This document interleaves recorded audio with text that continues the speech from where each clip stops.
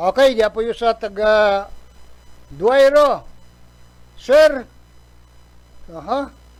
Sir, tinuod ba nga gikasuhan sa ombudsman ang kapitana sa Barangay Ginsularan, Duayro?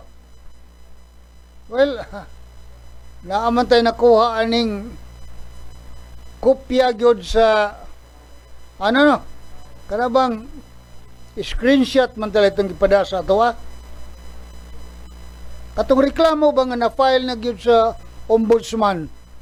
So, og naminaw karon ang kapitana sa Barangay Ginsularan, sa batungalan ato, Marcelina Castillon, kapitana sa Barangay Ginsularan, Duero, Bohol.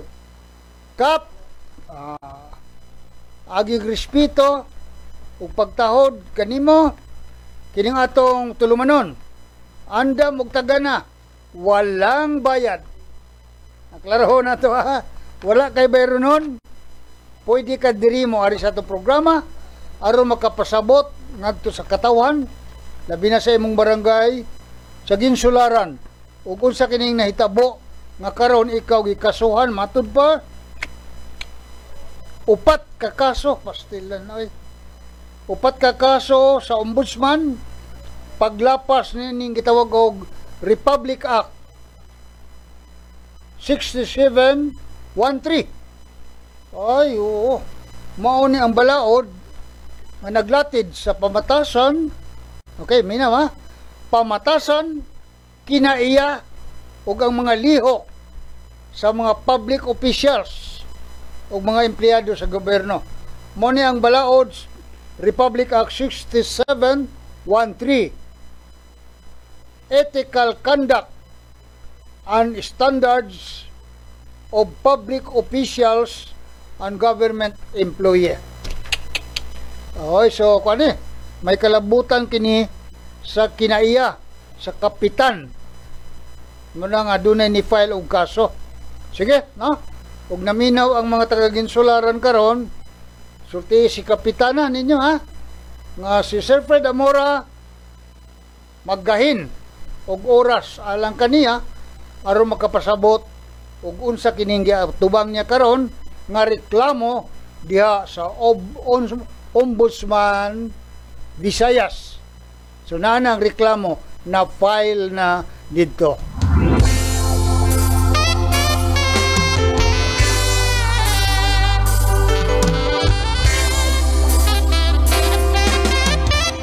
Kamusta ka, aking mahal? Okay, so hinatunta nga dili ni magdaghan, dili lalim, oy. Makatubang kag kaso ang imong panahon, ang imong lihok. Imbes makaalagad ka sa imong barangay, ay magsigil ka atubag kaso. So dako kayo ang epekto, no? So hinatunta nga dili magdaghan mga kapitan o mga opisyalis sa munisipyo, hinatunta ditang kadungog nga dunay makatubag mga kaso kay kana dako kayong ang serbisyo ang inyong serbisyo sa katawan maapektuhan tungod kay inyong oras, ang inyong panahon, ang inyong pagtagad nagsige katubang og kaso. So hinatunta amping kadi man pwede pagkangan nga nakas gobyerno, elected official ka nya maghawd-hawd ta diha, magwa tay sana kana bang isig kaingon ba, magpabilin unta ang atong respeto, dili tungod lamang kay nahimo na kitang kapitan, konsehal, mayor, unsa pa ng mga ranggo ninyo, ay dili ka na maayo kung mahimong abusado na hinoon kita. Imbes serbisyo publiko, kanang imong katungdanan, mag-aalagad sa katawan, giswelduhan pagyud ka.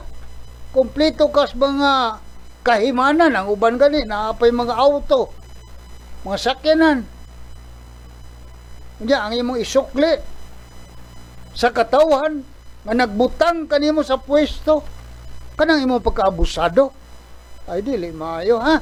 So inaton ta ha. Kay na yung ombudsman ay delikado. Pwede ka masuspenso. Pwede ka matanggal sa trabaho. Kahit na Pwede ka ka permanent disqualification. Forever, di na ka makatrabaho. Bisag asang dapita sa gobyerno. Mo na labing bugat nga silot. So amping ha. Di ta magbubeda abi kay na murtag ka ng langgam ba na? Tabong. Kita mo na ng tabong.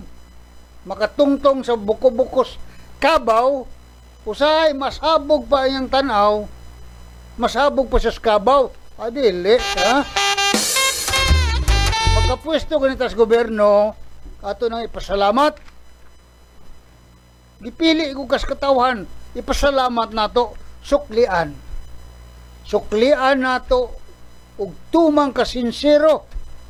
Tiunay nga pag-alagad. Dili nato gamiton ang atong mga pwesto, atong mga ranggo aron mahimo kita nga haod, no? Wa nay pamatasan ug abusado. Aya.